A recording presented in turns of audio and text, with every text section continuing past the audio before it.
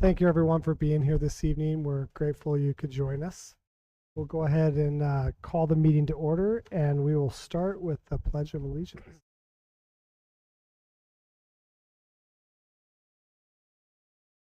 I pledge allegiance to the flag of the United States of America and to the republic for which it stands, one nation, under God, visible, with liberty and justice for all.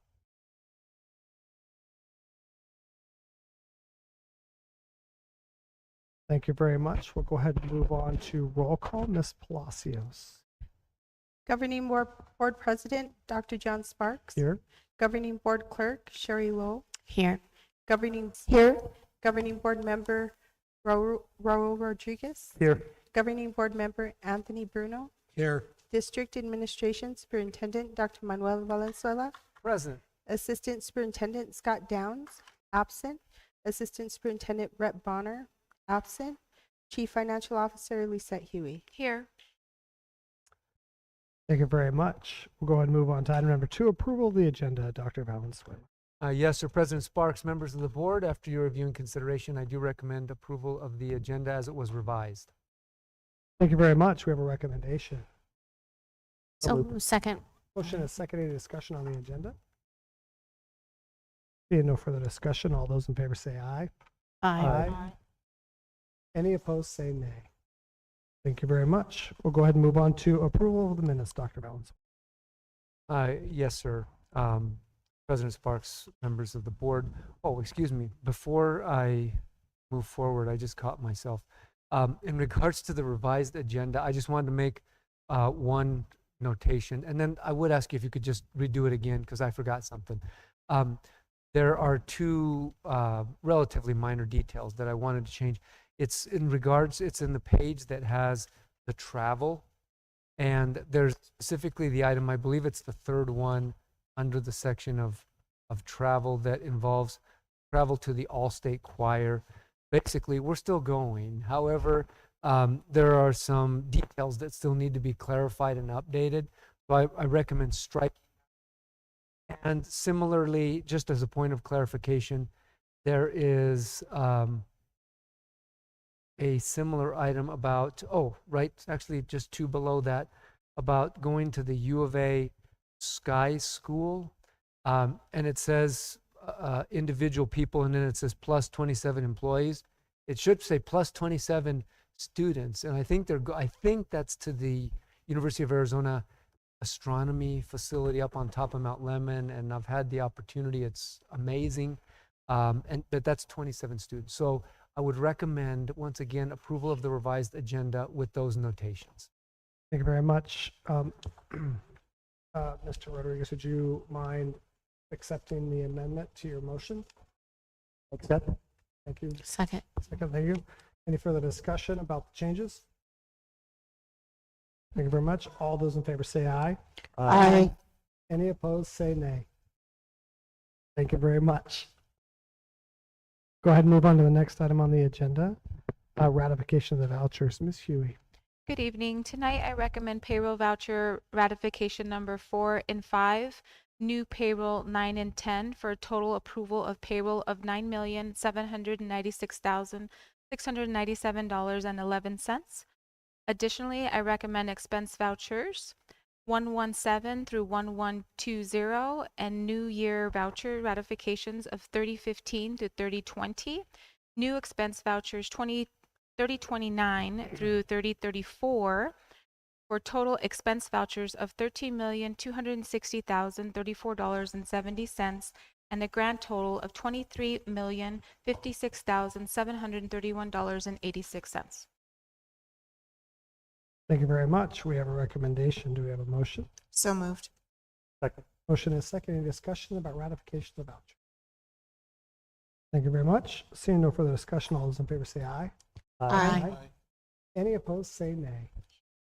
Thank you very much. We'll go ahead and move on to President Sparks, if I may interject, after I inadvertently goofed up the progression of things with my oversight about the revised agenda, I realized that we still haven't approved the minutes. So with your permission, That's right.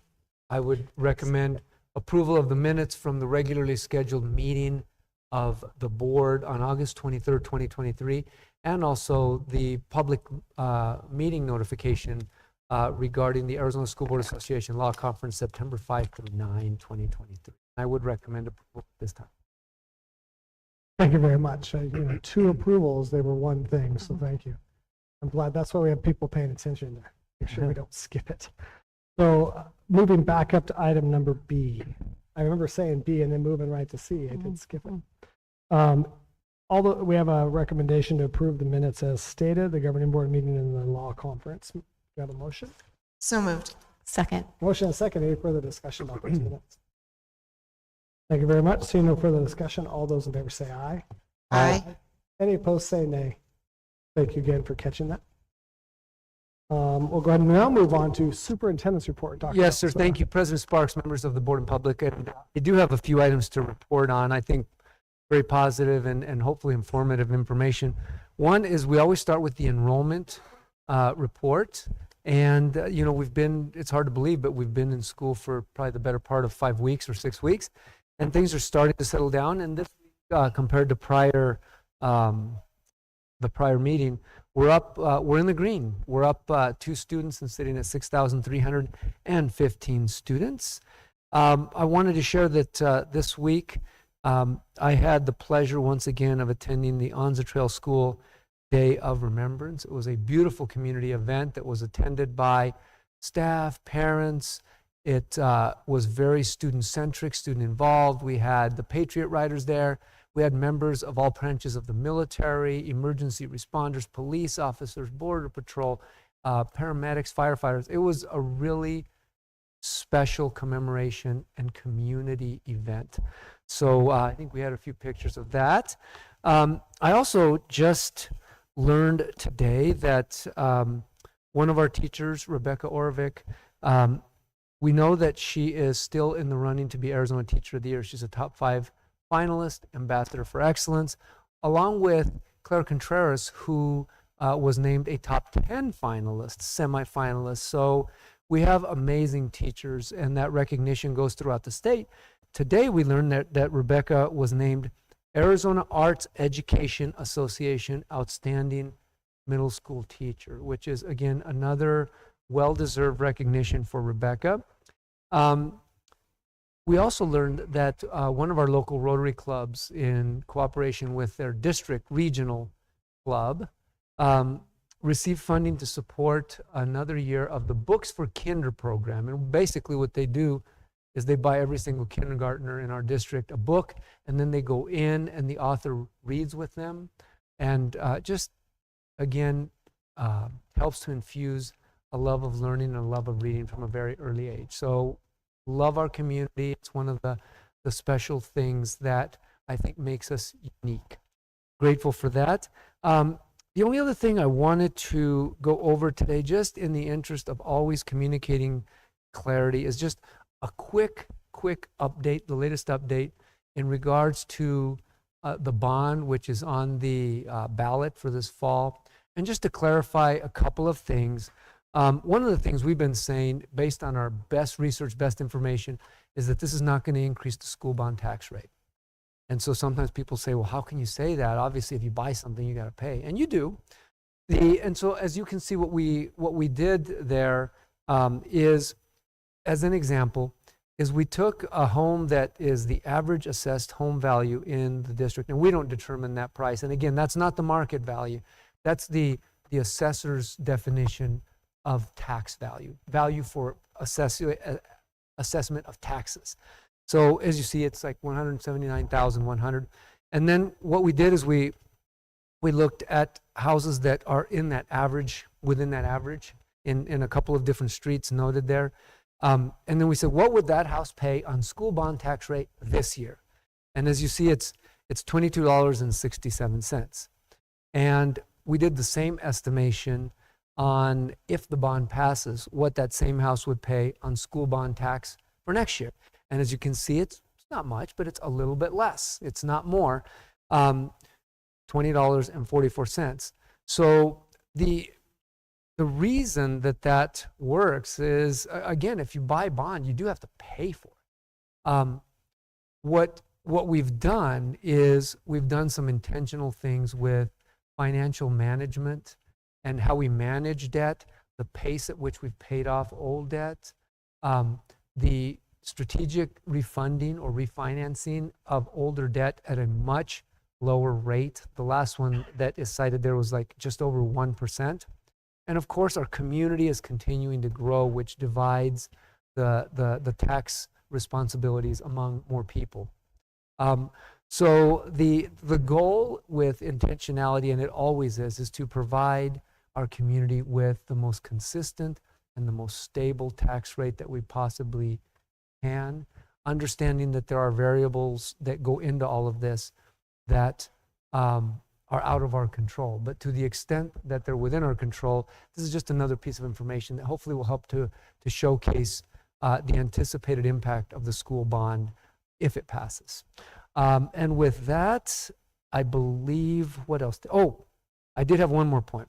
Again, in the interest of communicating clarity, the board and public may have read in the newspaper or elsewhere that the Continental Elementary School District sustained a big tax increase. And it's unfortunate. We're hopeful that the legislature will remedy that situation. Frankly, it's a little difficult to understand how that happened. I think the fact that I just want to make sure as a factual statement for this board and for the public is that is an issue that has no impact on the Sahuarita Unified School District. So again, in the interest of clarity, I wanted to share that. And with that, I conclude my report. Thank you, President Sparks. Thank you very much. We'll go ahead and move on to governing board reports. Ms. Lowell. Just really grateful to have attended the annual law conference. It's always a time of learning and catching up what's going on with our state and country. And fall is in the air. I'm looking forward to attending some games, and I just thank all the schools for keeping their social media up so that we know when the events are being held, and I'll see you all out there. Thank you very much. Ms. Reese.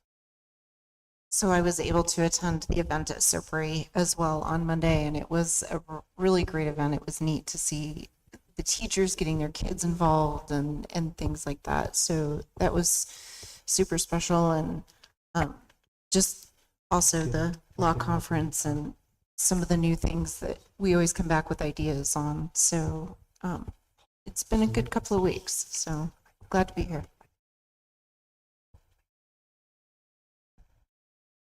Sorry. Thank you, Ms. Reese. Mr. Bruno. Yeah, I'm going to reiterate too, the law conference was a really good conference, and I'm glad I got to go. I also want to congratulate Scott Downs and the Sahuarita School for the work they've done outside, all the work that went into the new sprinklers, and I can't wait to see the Mr. Bruno, if I may, I'll take advantage of your comments. Amber, is it possible to pull those up, or is it?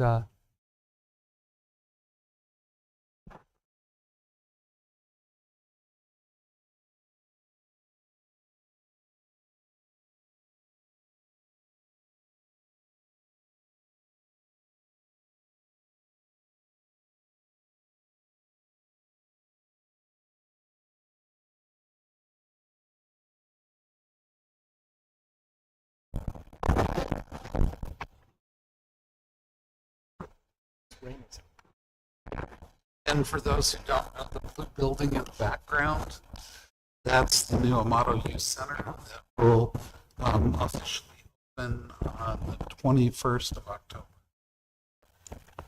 And then I'd just like to end by saying I attended this school district back in the 70s, and I find it very impressive, at least to me, that in the audience tonight we have 3 employees who retired earlier in the district and are still in the audience. And can they stand?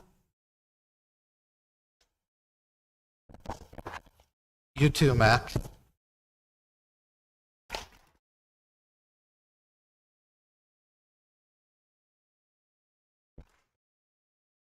And so even after retirement, we can't get rid of them. Thanks. Thank you very much, Mr. Rodriguez. Yeah, on Monday, I attended On the Trail for a Patriot Day, and it was great. Loved it. And I think it's kind of fair to say that we kind of have an advantage for Patriot Day in that Rancho is made up a large majority of Rancho is made up of law enforcement and military personnel. And I'm just glad that they are taking advantage of it. It's wonderful that they send out these invites to all the local parents, moms and dads that are serving right now in the military and are in law enforcement. And I like the fact that we sit there, we remember, we honor the fallen men and women of 9/11, and then we extend that opportunity to the students to come up and meet and thank the local law enforcement military personnel. I think that's a great message. And kudos to Anza for another great Patriot Day. Thank you very much. I appreciate the continued update on the bond and the cost to the community. I think one of the things that's difficult is I saw the article in the paper, and I think other people did too, understanding that the continental impact is not impact. We're not a small and rural school, just, with funds going other places, that split income. So I think it's good to keep that data going so that people understand what's really happening, and keeps the information clear. That's all I wanted to say. And I think I love this time of year. There's a lot going on. Went to a volleyball game the other day, football games going on, and season's moving fast a lot. So, and we'll go ahead and move on to the next item on the agenda, and that is recognition of staff, students, and community. Dr. Valenzuela. Yes, sir, President Sparks and members of the board. We'll start with Friends of Sahuarita. And I would, I guess you would call it begin with the end in mind. I cheated and looked at their slides already. But this struck me, this comment. So much of our future lies in preserving our past. And I'd like to introduce my friend, Mary Chernowski, and the group to talk about this really wonderful treasure that was created through a lot of hard work, a lot of time, a lot of effort, but it really is a gift to the future by looking at the past. So the book is Sahuarita, Arizona, Treasured Nuggets from the Past by Friends of Sahuarita. And Mac, I'll turn it over to you, my friend. Come on down.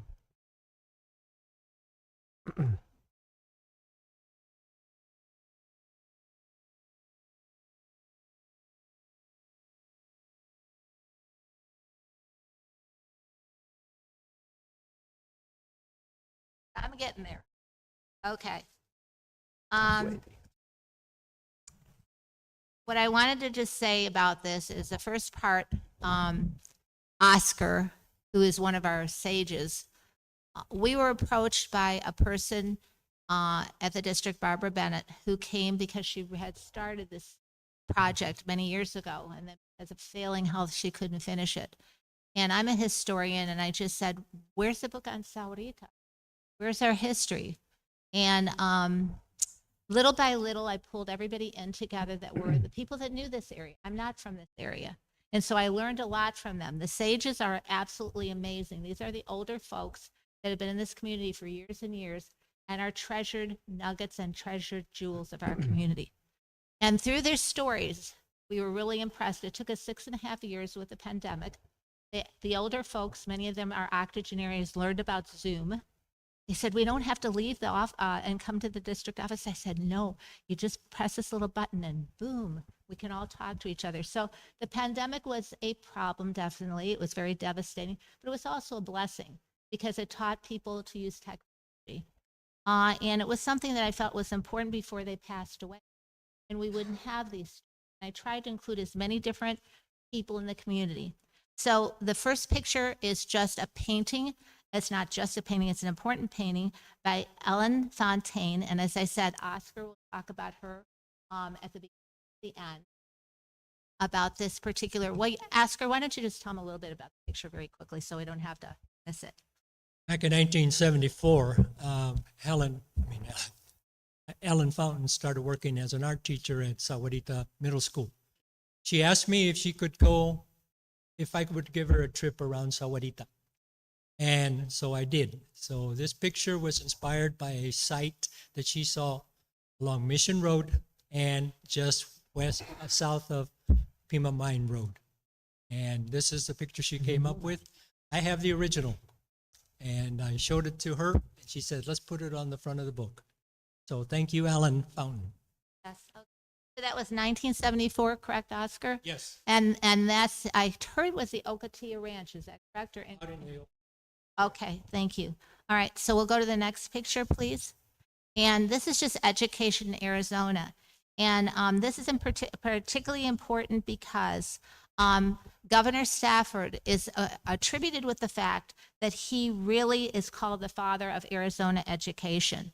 He realized that these folks moving to this area, many miners, many farmers, in very far rural communities, they felt education was important. They wanted education for their children. And so we had many little schools around the different mines. We're going to talk about that a little bit. And around the different mining and ranching went together, right? Because if you were a miner, you still had to feed yourself. So that worked together. And so this just gives you, I'm not going to read it to you, you can just kind of glance through it, but it gives you the opportunity to understand that people coming to this area realize that educating their children was a key to open the door to better opportunities. Okay, then we'll look at the next slide, please. This is our territory. Sahuarita School District is immense. Okay, and so if you look at the 600 plus miles, you can just get an idea. And some of those schools are obviously not here anymore. The Zinc school didn't quite survive. Twin Buttes, there's an interesting story about that because we did have a railroad station and a railroad stop in Sahuarita, and Twin Buttes claimed they were going to be the next Tucson. It didn't work out that way, but still it's interesting to note, and we have pictures in the books. The pictures are tremendous. And I want to give kudos to Monica Christiansen and Oscar for his sage. He's our sage. And Lori Punske and Amy Millett right here. And I think I mentioned Mary Kajulaitis. She's a research librarian. She's brilliant. And they gave of their time. No one took a penny for this project, not 1 cent. We all felt that it was tremendously important to give hours and hours and hours to this project to preserve our local history. Okay, so that just tells you the schools, some of them don't exist anymore. Some of them have been absorbed into the Sahuarita School District today. We know that Aravaca, of course, Sopri School, well, not Aravaca, but Sopri School is part of our district. And we'll talk about that a little bit more in a minute. So we can go to the next slide, please. This is Mamie Bernard Aguirre, thank you, of Westport, Missouri, and her firefighter Epifanio, which is Epiphany Aguirre, who was the first teacher. Now, Mary Kajulaitis, that I just mentioned briefly, put that particular school on the historical registry. It's the oldest adobe schoolhouse in the state of Arizona, ladies and gentlemen. And I'm only mentioning this to you because we have not an adobe building, but we have a building, okay, located on the pecan groves, and we're going to have a discussion at some point with the Waldens because they own that property. But the bottom line is in 2025, it will be 125 years old. And it's a particularly important building to us because of the two very famous architects. And the two famous architects were Henry, I'm going to mispronounce it, but Janst, and Mr. Troth. There's a whole Troth Foundation. We knew none of this. We went up to the archives at the University of Arizona and discovered all of the plans to see how the building was put together. So we know it's worthy, but we have to go through the process of applying to the state and then to the National Historical Registry. We do not want to see this building gone at some point because, again, it's a treasured jewel. Okay, so we'll be working on that. We're going to form a historical society and hopefully we'll get her done. I'm not done yet. I'm going to keep working at this. And so are my colleagues. All right, and so we're going to move on to the next one. And this just tells you a little bit about Helvetia and Liberty Mine. Many of these kids, and I heard this over and over again, were Mexican, white, Native American, and they all went to the school together. They didn't feel, I mean, these times we realized if anyone lived on the East Coast like I did, okay, and if you lived on the down south, you realize that segregation was a big thing. It didn't touch us in that sense. I'm not going to say it was not there at all. We know that in Tucson there were issues. But here it seemed in Sahuarita, everybody was poor. Everybody was working very hard to feed their families. And I've heard from countless people over and over again about they really didn't see any kind of differentiation. About y'all just came together and went to school together, and that was the end of that. We had African Americans. We had a whole group of people. So that was inspiring to me. I felt like, wow, that's pretty cool. All right, and then next we go to.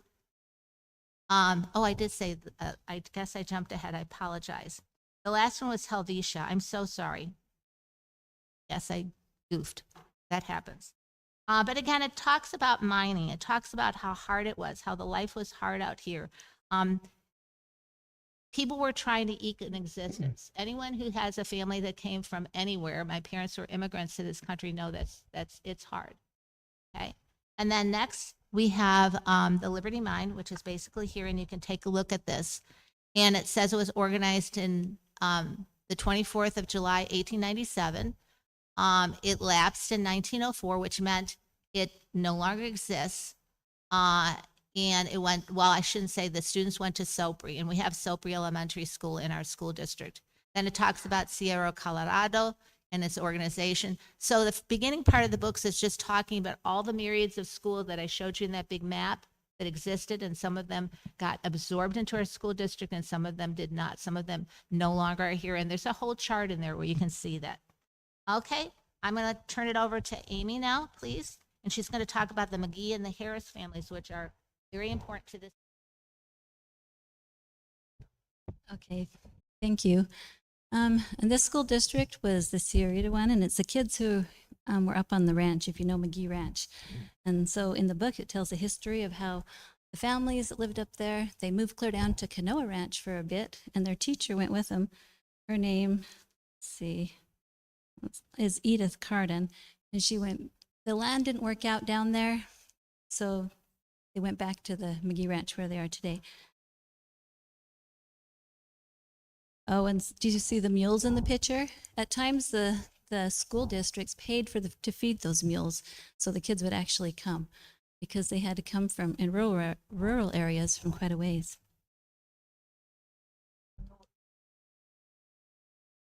Okay. All right, and this is Sopri. We've talked a little bit about it today, and look at the beginnings. It was 1897. There was a small building made on Sopri Ranch. So then later, this man right here, James Pemberton, he was a teacher on a different ranch, the Bustamante Ranch. And this is a picture of some of the kids. They had a stucco building down there. So in 1967, the district was annexed into our district, the Sahuarita district.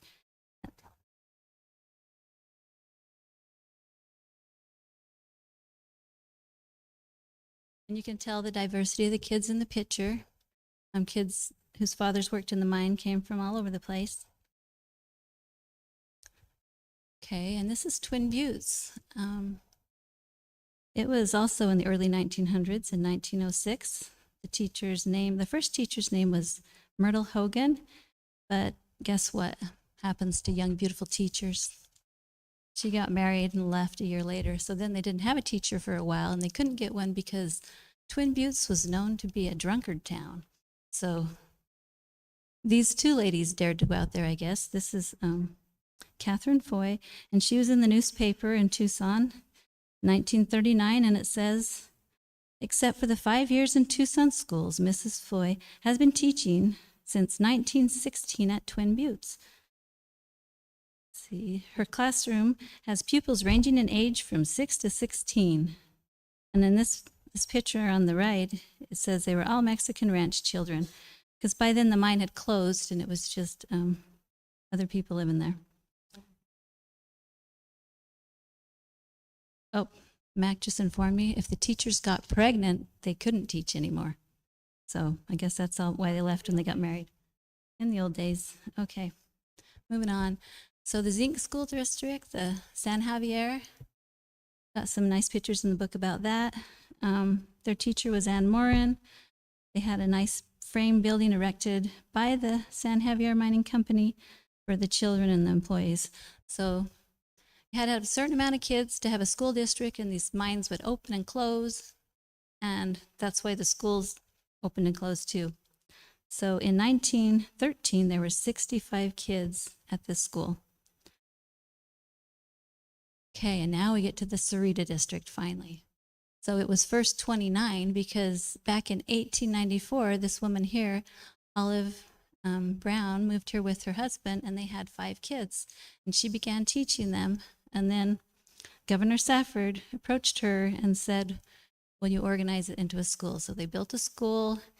And then by 1897, her sister had come from Ohio and was teaching 18 students in that school. And then it closed down around 1900 from Apache raids and things. People moved back to Tucson to be safe out of Sahuarita, but then they came back here. So it reopened in July of 1911. And then in 1915 is when they got the bonds to build that building that Mac had talked about that's behind the Pecan store. It's that one right there. It's used on the farm for storage, last we heard. Yeah, turn it back to Mac. I just want to add one thing, and I think you can hear me.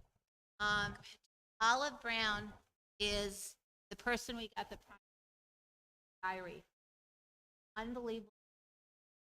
Traveled, got here, all in the first diary. That was a precious jewel. Monica.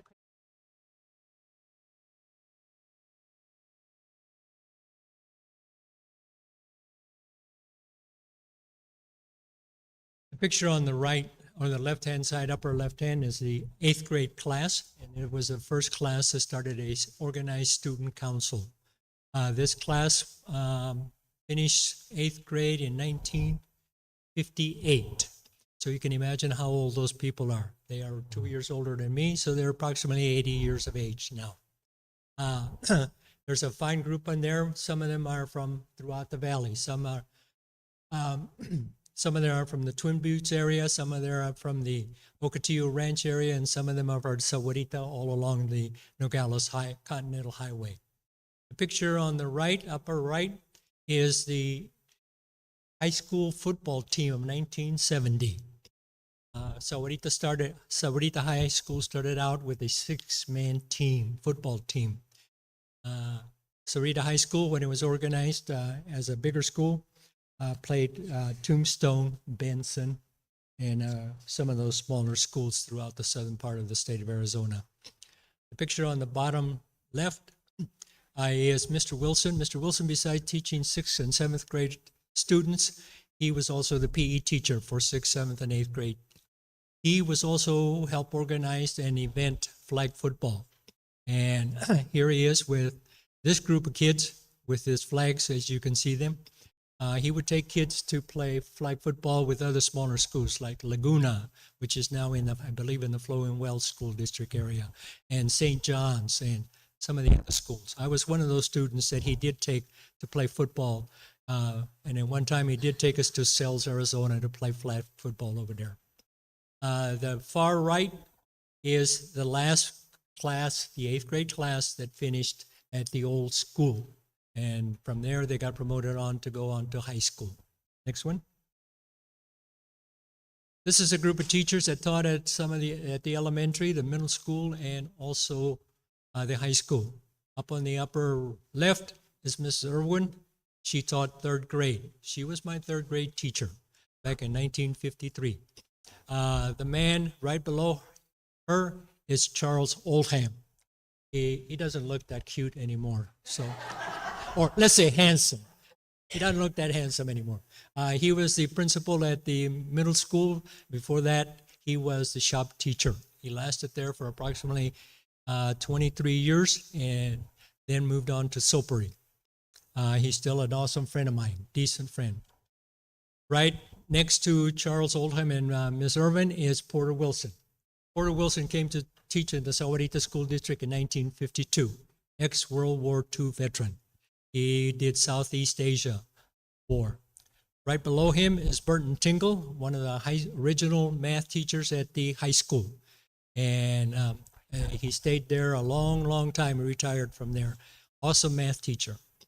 Up on the middle, upper middle, are the two football coaches. One is Barry Calloway, and the other one is Dave Weir. Both of them have spent a lot of time, many years. As a matter of fact, after they got here back in the late 60s, they stayed here till they retired. Right next to them on the top right is Archie Romney. He was a tall guy and a big man as far as the kids were concerned. He ran the automotive program at the high school, and he got the minds to donate equipment to use to teach kids about the automotive techniques, lessons. And he promised them that, hey, when they graduate from high school, if they apply to your organization for a mechanic job, take them. And he says, I promise they will be ready. And as a result, they donated. He took many kids to VICA awards, VICA competitions, nationwide and statewide, and he came back with a lot of trophies during those particular years.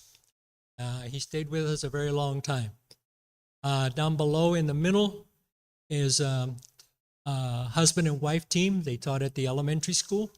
Mrs. Ham, their three kids also went to Sahuarita Elementary and junior high and high school, middle school and high school here. And Mrs. Ham was well noted for her Native American unit that she taught in 4th grade at the elementary school. And she would take kids to Makakori Church to do a unit down there and spend an overnight doing Native American activities there. The guy on the bottom right, I don't know who he is. He used to have hair back in those days, but I don't think he's showing very much of it. That's a picture of me teaching middle school kids. And I used to lay on the floor, read the newspaper along with them. I'd lay like that. And I think that's one thing they remember me, telling stories instead of teaching. Next picture, please. Dr. Mann. I don't know. That's Oh, is that what? Could have recognized the smile. I thought it was a picture of Bert Tingle. Baby picture. Okay. Next one.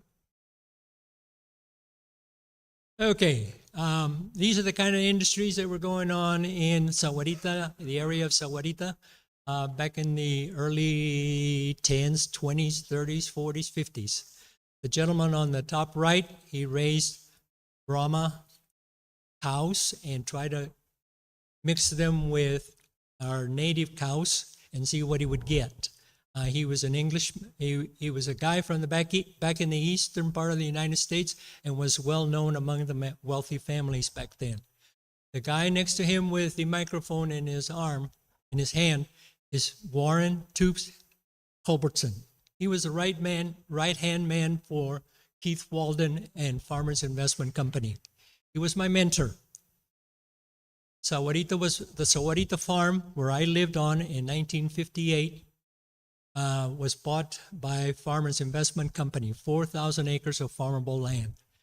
He helped Mr. Walden manage the Continental Farm, the Sahuarita Farm with 4,000 acres, Continental with approximately 3,000 acres of farmable land, and also they had a farm in Aguila, which is north of Wickenburg. They had a farm in Maricopa, Arizona. They had a farm in Picacho and Maricopa. So he was a very busy man. He helped Mr. Walden start planting pecan trees back in the winter of 64, 65. And at one time we were planting 3,000 pecan trees a day during the pecan planting season. And we did Continental and Sahuarita in a period of 64 to 1969. And I was in charge of the last planting crew They planted in 1969 before I went in the Army. And by that time, between Sahuarita and Continental, we had 6,000 acres of pecan trees done. The family on the far right, the two people on the far right with a cotton picker in the back is Mr. and Mrs. Bull. They farmed just north of Continental, what is now Quail Creek. And he had been there back in the 20s. Down on the bottom right, bottom left, is R.A. Davis, and he planted a lot of peanuts. And he farmed the area that is what is now Walmart and Valverde. Right next to him is a gentleman by the name of Carl Stevenson. He did the cattle feedlots for Farmers Investment Company. And in about the middle of 1965, he left Farmers Investment Company and went and started his own feedlot at Red Rock, Arizona. So every now and then, if you go past through Red Rock, you can get the aroma, particularly at night, of the feedlot. The gentleman in the middle is Mr. Chilson, and he did a lot of mining up in what is now the Ocotillo Ranch area, west of Mission Road. The last picture there on the right is a roundup lunchtime, and the ranch belonged to Mr. Fletcher. Mr. Fletcher did a lot of cattle ranching up in the western part of the state, of the valley, and more to the south. This roundup picture was taken in 1942. I knew personally 3 of those gentlemen in the picture. And I don't know whether you can see on the far right, there's a wagon, the chuck wagon, and the guy in the front is leaning up against the front wheel. His name is Manuel Sanchez. He was 15 years old at that time, and the picture was taken in 1942. I was rather honored in knowing Mr. Sanchez, and not only that, but I taught his kids in middle school during my first and second year, and it was quite an experience living in this area during that particular time. One of our favorite hot spots in Sahuarita and the whole Nogales Highway area was going to Kingsley's Ranch. This is a rodeo that was being held in 1952. I never knew about rodeos being held at Kingsley Ranch, but I also knew about 2 things. Along the Nogales Highway, before the freeway was built, they had 2 big ponds. And the ponds were big enough that they could have speedboats running between the 2 little ponds that had a separation. And we did a lot of picnics there, a lot of Christmas celebrations there, and especially at halfway or Easter celebrations too. Also, not far from there was a halfway station. One of the favorite things that we did there at Kinsley Ranch is they had a swimming pool right next to the Cow Palace. And that swimming pool was fed with well water. And man, was that sucker cold. Oh, that water was cold. The coldest water I've ever swam in, other than the lakes in Idaho. But anyway, and that water, once it left the swimming pool, it went on across the road and fed the 2 lakes. The lady in the middle is Mrs. Tang, and she and her husband ran the Continental grocery store. And the one on the right next to her is the one that was at Sahuarita, Manelos. We also call him El Griego, La Tienda del Griego, the Greek store. And that's him in there. Those 2 people, when it came, they had account. If you were a worker there on the farm, whether at Continental or Sahuarita, you needed to buy provisions, you went to the store, and if you didn't have any money to pay for it, they had a charge card for you. They would charge everything for you. At the end of 2-week period, Farmers Investment paid their workers every 2 weeks. So all the checks went to the store. They had a tally of how much you had spent. They took the money out of your check and gave you the balance of what was left. Some people left empty-handed as far as money was concerned. That's the only place that they had to buy food, provisions, clothing, shoes, and those kinds of things. And when Farmers Investment bought Sahuarita, they moved their account from the Manila store to the Oro Verde store right across the street. And that's where I did most of my business. I loved the people who owned the Sahuarita store. Mr. Ellis was an awesome person. I would go up there to him and I would sit at the store and look through all his comic books when I was 8, 9 years old. And I spent hours going through the rack. And then after an hour or two, then I felt bad reading all these comic books. So I take one and I go buy it. And he would never say a word. Hey, get out of here. You already read all my comic books. But it's awesome that he never did anything like that. The train picture is probably a picture of a train that was on its way to Buttes. Okay. And the stop was at Sahuarita. Up on top of the roof, there's a sign and it says Sahuarita stop. Thank you. The lady in the middle is Betty Hazen. She started the housing development here, what is now Santo Tomas. And she was quite a worker. She developed acre lots mostly there, and some of the houses are still standing.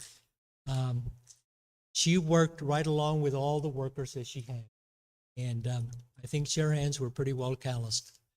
The picture on the right is a hay wagon back in the early 1920s, 10s, and it's up in the McGee Ranch area. And they were also involved in moving hay besides the mining and the cattle industry that they had. Thank you very much.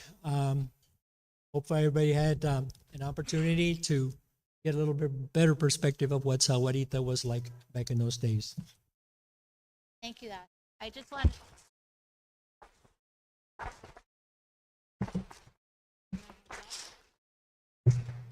just wanted to add one little addendum, and thank you for your patience, because Oscar's an amazing resource. As you can see, he lived this history and he knows the history and he knows the people, and that's why it was so special. So thank you, Amy.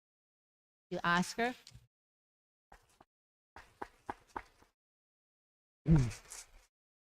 We're selling this book, and if you're interested in buying it, it's worth it just for the pictures. I'm sorry there's no pictures of Walden Grove for anyone here that's Walden Grove. You didn't exist at the time, way back when.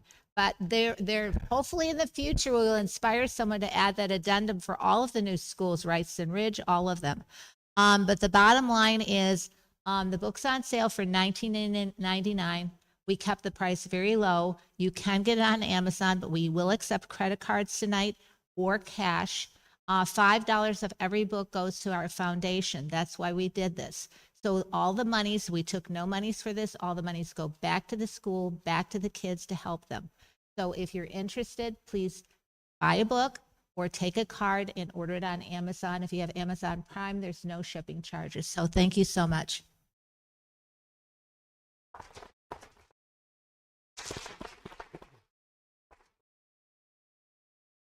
Thank you very much. We appreciate it. And Mac, just so you know, I already purchased a copy. Only one, Dr. Only, Sparks? only Oh, one. gee. I was going to say, Mac will probably say that to me after. Only one. She'll hit you up for the second one on the way out. I've got two. You're right. Plus four, Oh, now yeah. I'm feeling guilty. I find they were really great when you go places and you want to take something from Sahuarita and give it as a gift. So I do need to get more because they have been very well received as gifts and people love to know about Sahuarita. So it's a neat thing. Thank you very much. Well, we'll move on to the next item on the agenda, which is staff recognition. Dr. Valenzuela. There is so much to celebrate in this community. This next item is our first September support staff team member of the month, and our support staff team members make up half of our employee colleagues and are a vital element of our success and our mission advancement.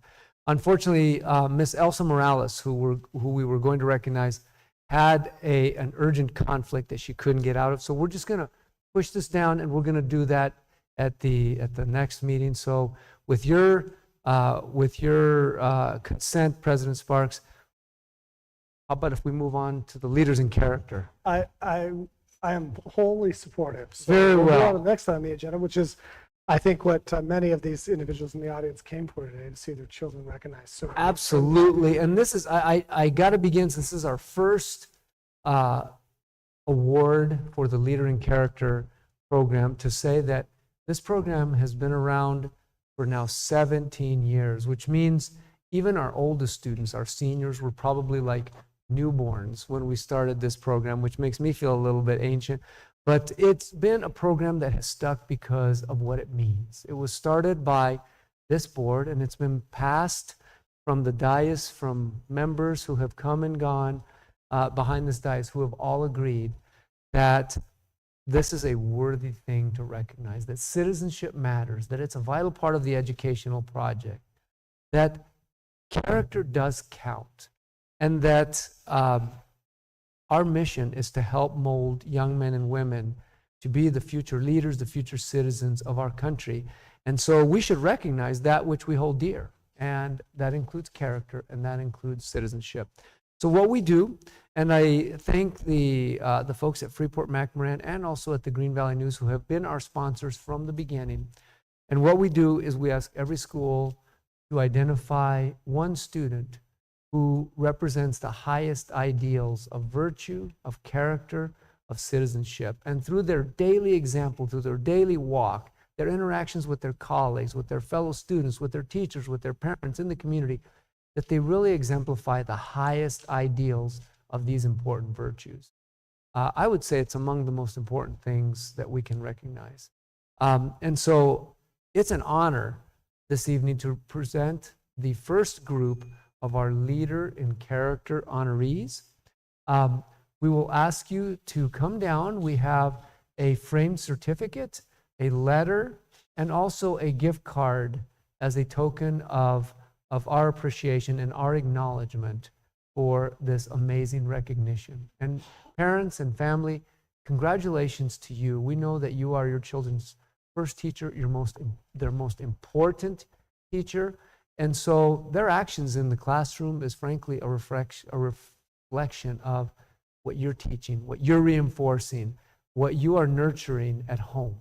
And so we celebrate our students, we celebrate with you, and we share in that pride. So let's go ahead and begin with our leaders in character. And when your name is called, please come down. Mrs. Lowell will present you with your award, and then you can come on over and meet Mr. Bonner, the gentleman over there waving his hand, and he's going to kind of line you up over there on the steps. We kind of have this routine, and then after they're all up here, we'll take an official picture for the newspaper, because they're going to put them in the next edition of the Sun or the Green Valley News or both. And then we'll invite you, if you want, parents want to come down and take a shot, send back to the family, we'll let you do that. So let's begin. And we'll begin with our Leader in Character from Sahuarita Elementary School. Congratulations, Gabriel Fuentes. Gabriel.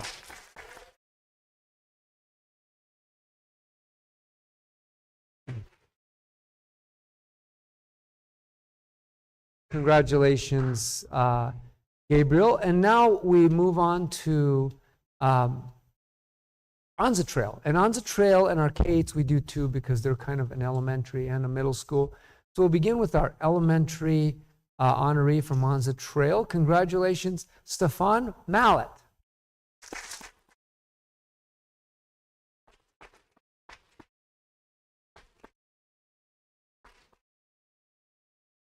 And now our middle school honoree, our Leader in Character from Anza Trail. Congratulations, 8th grader Isabella Carpio.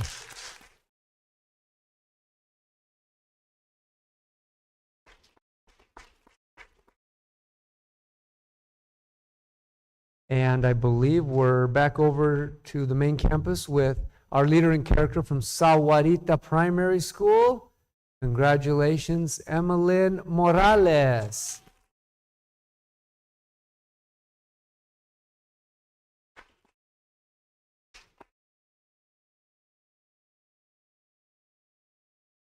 And as Emeline comes down, will recognize our leader in character from Sahuarita Intermediate School. Congratulations, Alejandro Salido.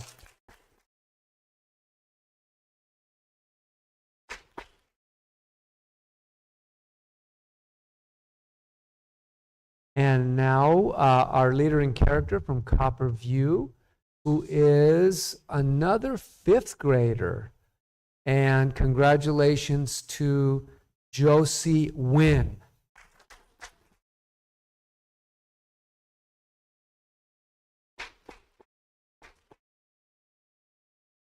We're backed up to our other K-8 school, Wrightson Ridge, where again we have two individuals to recognize with this special award. The first one is second grader Jesus Corona.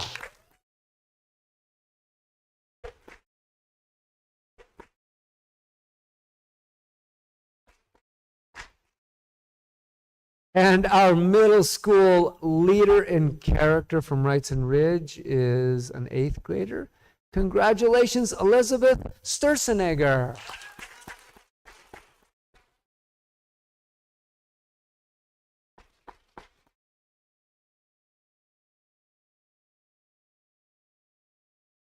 And we are now back on this side of the street on the main campus again to recognize our leader in character from Sahuarita Middle School. Congratulations, eighth grader Brendan DeRoche.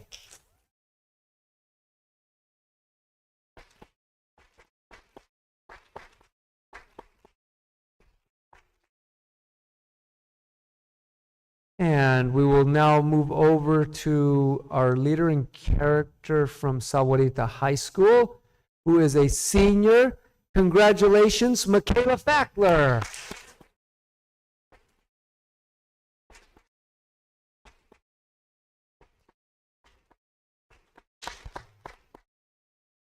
And our leader in character from Walden Grove High School is also a senior. Congratulations, Lillian Salamat.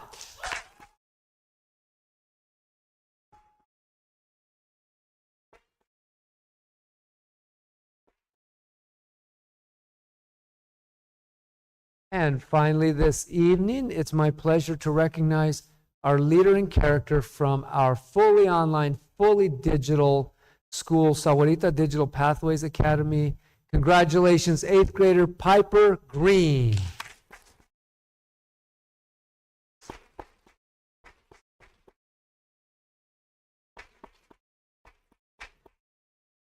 All right, as Piper comes on down, Mr. Bonner, you got him set up for the photo opportunity here. I assume Miss Amber's is our photographer. And Amber, when you're ready, go ahead and take the picture. And parents, if you would like to also come down and snap your own picture of this esteemed group, you may do so. We'll kind of take a quick deep breath while they do that. Of you. You can stand in the back row.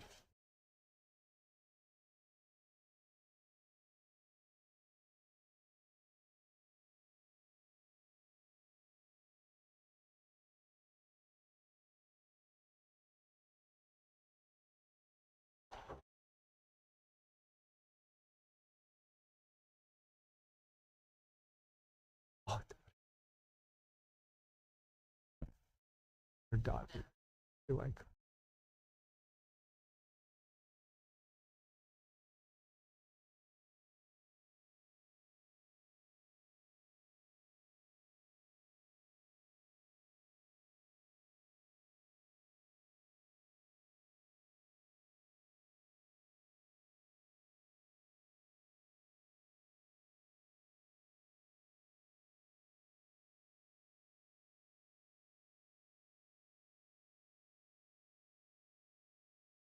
Congratulations to all of you. We are so proud of you.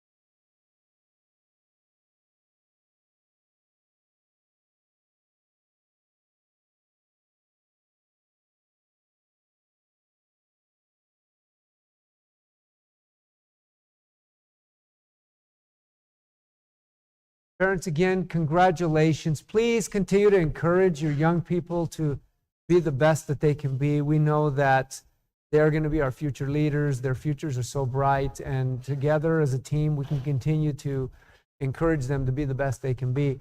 I did also want to tell you, families, that you are most welcome to stay with us for the rest of the business meeting, but please don't feel like you have to. If you've got homework and other activities, we know you're busy. We thank you for being here and giving us a chunk of your evening. Again, congratulations. Thank you so much, and keep up the great work. Great.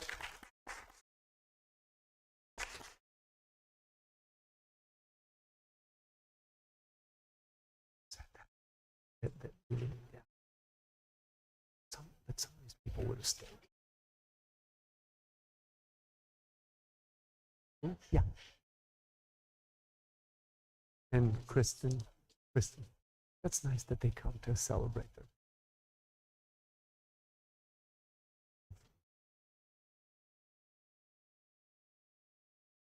That's right. Because they would think it's the polite.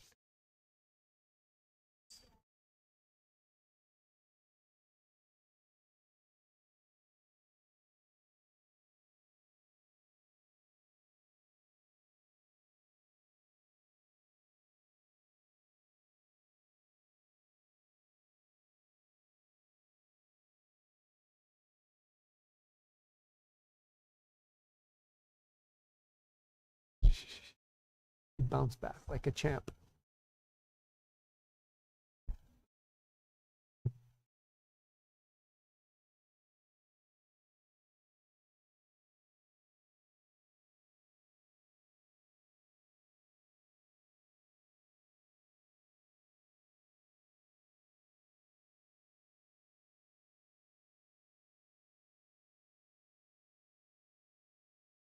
He's selling books. Oh, Mac. Okay. We'll go ahead and move on to the next item. Just called, I believe. We do. Do you want me to read the Yes. guidelines? Just a sec here. Consideration, discussion of comments and concerns from the public. Those wishing to address the governing board may do so at this time or at the board's discretion at the time the item appears on the agenda. All speakers are requested to hold their comments for 2 minutes or less. 20 minutes will be allowed for both online and in-person comments in accordance with the Arizona Open Meeting Law. Board members may not respond, comment, or ask questions of speakers regarding issues not on the agenda. Any comments not read during this agenda item will be entered into the public record. We do have one call to public. Miss Mary Janowski, Mac, Yes. AKA Mac. Yes. Welcome. I'm glad Dr. Manny chimed in earlier, but I wanted to reinforce the fact that we do have a bond, and it's Prop 401, and it's quintessentially important because of the things that we'll do, like resurfacing the football fields and an auditorium over at Walden Grove, and desks and equipment and technology, because if sometimes when you're over at Walden Grove, the internet isn't very good. And so all of those upgrades are quintessentially necessary and important, and it won't raise our taxes. And so please, please, please support this bond effort. Okay? Tell your friends, tell your neighbors on your own time. You can do that. No problem whatsoever. You can't do it on school time or on school equipment, but other than that, you're on your own. I also wanted to congratulate Scott Downs again for being one of the most influential people on the AZ-19 corridor. Well deserved for all the things that he's done for our school district. So congratulations, Scott. That's it. Thank you very much. We'll go ahead and move on to the next item on the agenda, which is, I would say board meetings were never like this back in. Unbelievable technology. Good job, guys. thank you.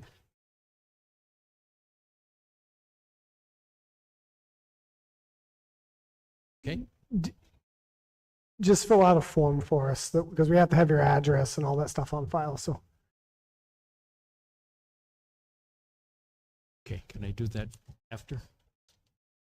Thank My you. name is Len Miller. Thank you, Mr. I was employed by this school district in 1971 for the opening of the junior high school. I hate to correct Oscar, who kept calling it middle school. In those days, it was a junior high school. Sahuarita was known as the finest school district in the state of Arizona. And I'm pleased and proud to say it still is. Thank you very much. We might be biased, but we all agree. So we'll go ahead and move on to the next item on the agenda. It's always good, the positive things. Public online auction items, Dr. Valenzuela. Yes, sir. You have in your packet, as is fairly routine, a list of items that have exhausted useful life. And at this point, I would recommend your designation of these items as being fit for public auction. Thank you very much. We have a recommendation, we have a motion. So moved. Second. Motion and a second. Second. 2 seconds. We're good with that. Any further discussion on the auction items? Seeing no further discussion, all those in favor say aye. Aye. Any opposed, say nay. Thank you very much. We'll go ahead and move on to new board business. Policy Advisories, Volume 28, Number 1.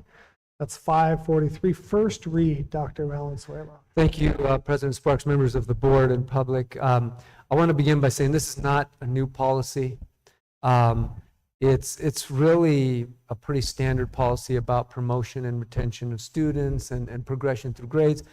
What we're doing is we're looking at a question of how we determine grade classifications. Do you do it by credit or do you do it by cohort? And what we're actually looking at doing after my consultation with Mr. Bonner and his consultation, as he will explain with other members of the staff, is we're looking for, I think, sound, thoughtful reason at moving back to the cohort model. I want to stress it doesn't fundamentally change anything in terms of our practice. It's more about facilitating accuracy and effectiveness of our reporting and potential implications of how we operate our schools. So as is usual, I will make a recommendation afterward. Again, this is the first read, but at this point I turn it over to my colleague, Mr. Bonner, to fill in a few of the gaps. Mr. Bonner. Thank you, Dr. Valenzuela, Dr. Sparks, members of the board, members of the community. This stems back to 2014. We made a change based on feedback from our school leadership at the high school level to go from cohorts to credits, and we established criteria on how many points determined your grade level. The intent was to have better identification of students on their IDs, so it was not misleading. If you thought you were graduating in your senior year, but you did not have enough credits to graduate, it didn't mark you as a senior on your identification card. That was the original intent. We are now an outlier in our state using this formula of really using credits to determine your grade classification. Regardless, you still need 22 credits to graduate from high school. What we're recommending, based on feedback from all of our high school counselors, our high school administrators, is to go back to the cohort way of categorizing students. It will help us in turn with changes that we have to manage logistically behind the scenes, such as with state testing. We have to make sure that we're accurately reporting to the state, not based on credits, by cohorts. And there's a margin of error that we don't want to put in the forefront. So it's better to be more cautious and adapt to what the state is using for state testing purposes. In addition to that, we all know that zero funding is provided for freshmen and CTE school systems. Again, being overly cautious, we check behind the scenes. Let's remove that margin, not put us up into a situation where we could lose that funding because of the way we're classifying students currently. So with that, we've got lots of feedback from our counselors, administrators, obviously consultation with Dr. Valenzuela and the team. Our hope then is to make this change to go back to the cohort system, minimal impact overall. In addition to that, we've advanced with our technology and outreach through our Power School Parent Portal. There's actually a link for parents that is a graduation progress plan that you could actually look up and get all the specific details at your wish on how your child's progressing toward graduation. Number of credits completed. Have you completed the ACT? Have you done the CPR training? Have you completed the civics exam, that is all available now through this parent portal. So the outreach is there, it's available. We don't want to mislead anyone. We want to keep parents informed on how their children are progressing. In addition to that, every school counselor has to do a credit check with all of our students throughout their high school experience. So there's a lot of aspects to capture students to make sure they're on track to graduate. But in addition to that, there's now resources through Power School that parents can access at any given time. So I feel confident that this is the right direction to go, and feel that this would be good for our overall practices and our safeguards. And I'm open to any questions. So at this point, I'd recommend, in keeping with our sound practice, to table the item at this time. Thank you very much. We have a recommendation to table. Do we have a motion? So moved. Second. Motion and a second. Any further discussion or questions from Mr. Bonner or Dr. Valenzuela? I think it's easiest to say this puts us in line with how everybody else in the state does it, which is cohort. I can see how that makes you, I mean, that's how data is driven across the school cycle, is cohort, not. Makes sense. Okay. All those in favor of tabling the item, say aye. Aye. Any opposed, say nay. Thank you very much. We'll go ahead and move on to the next item on the agenda, consent agenda, Dr. Valenzuela. Yes, sir. Thank you, President Sparks and members of the board. You have a list of items that are considered routine and may be considered in one comprehensive motion. And at this time, I do recommend approval of the consent agenda in its entirety as presented. Thank you very much. We have a recommendation. Do we have a motion? So moved. Motion and a second. Any further discussion? Okay. Seeing no further discussion, all those in favor say aye. Aye. Any opposed, say nay. Thank you very much. Any future possible agenda items?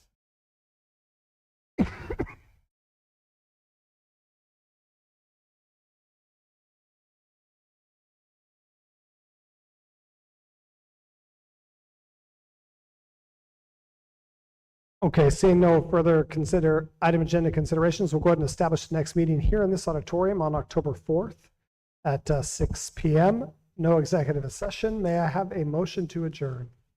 Second. Motion and a second. Any discussion? All those in favor say aye. Aye. Any opposed, say nay. Thank you very much. Thank you all for being here this evening.